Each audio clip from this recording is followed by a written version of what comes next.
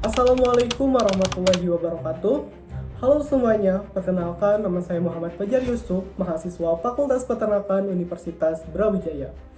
Pada kesempatan kali ini, saya akan menyampaikan analisis dan tanggapan saya mengenai wacana amandemen 1945 yang akhir-akhir ini ramai diperbincangkan. Seperti yang dijelaskan dalam dua video yang berjudul MPR ngotot amandemen 1945 buat apa dan siapa, serta sejarah amandemen 1945 untuk siapa.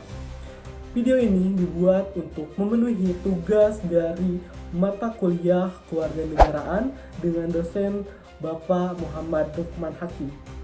Dari kedua video tersebut dijelaskan bahwa Undang-Undang 1945 telah mengalami amandemen sebanyak 4 kali, yaitu pada tahun 1999, tahun 2000, 2001, dan 2002. Amandemen ini dilakukan untuk memperbaiki sistem ketenagakerjaan Indonesia agar lebih demokratis dan modern. Beberapa hal penting dari amandemen sebelumnya antara lain yaitu tentang pembatasan masa jabatan presiden menjadi 2 periode, pemilihan presiden secara langsung oleh rakyat, pembentukan lembaga baru seperti Mahkamah Konstitusi dan Dewan Perwakilan Daerah, serta pengaturan anggaran pendidikan minimal 2% dari APBN. Namun, saat ini muncul kembali wacana untuk melakukan amandemen kelima.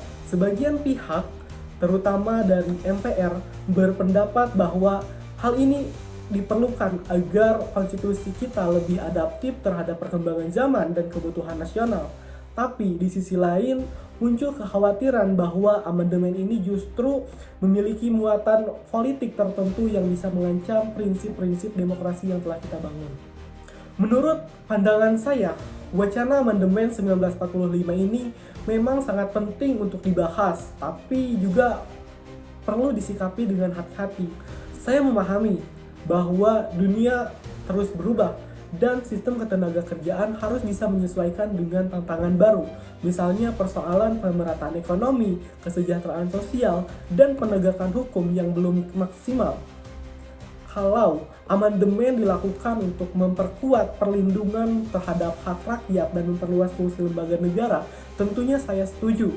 Tapi, jikalau amandemen ini justru diarahkan untuk memperpanjang masa jabatan presiden atau mengembalikan wewenang MPR dalam pemilihan presiden, saya secara pribadi tidak setuju. Karena ini sama saja seperti mundur ke belakang dan mengkhianati semangat reformasi yang telah kita perjuangkan demokrasi langsung. Selain itu, menurut saya pemerintah lembaga legislatif sebaiknya memaksimalkan dulu pelaksanaan konstitusi yang sudah ada, baik pasal dalam Undang-Undang 1945, hasil amandemen yang sebelumnya belum dijalankan secara nyata, seperti jaminan keadilan sosial, pemerataan pendidikan, serta kesejahteraan masyarakat. Jadi, daripada menambah perubahan baru yang menimbulkan kecurigaan politik, lebih baik memperbaiki pelaksanaannya terlebih dahulu. Saya percaya bahwa konstitusi memang bisa diubah, tapi perubahan itu harus didasari oleh niat yang tulus dan kepentingan rakyat, bukan demi kepentingan segelintir elit politik. Setiap proses amandemen yang harus dilakukan secara transparan, terbuka, dan melibatkan partisipasi politik luas agar rakyat bisa turut mengawasi dan memberi masukan. Sebagai kesimpulan, saya tidak menolak adanya amandemen, tapi saya menolak amandemen yang tidak berpihak kepada rakyat.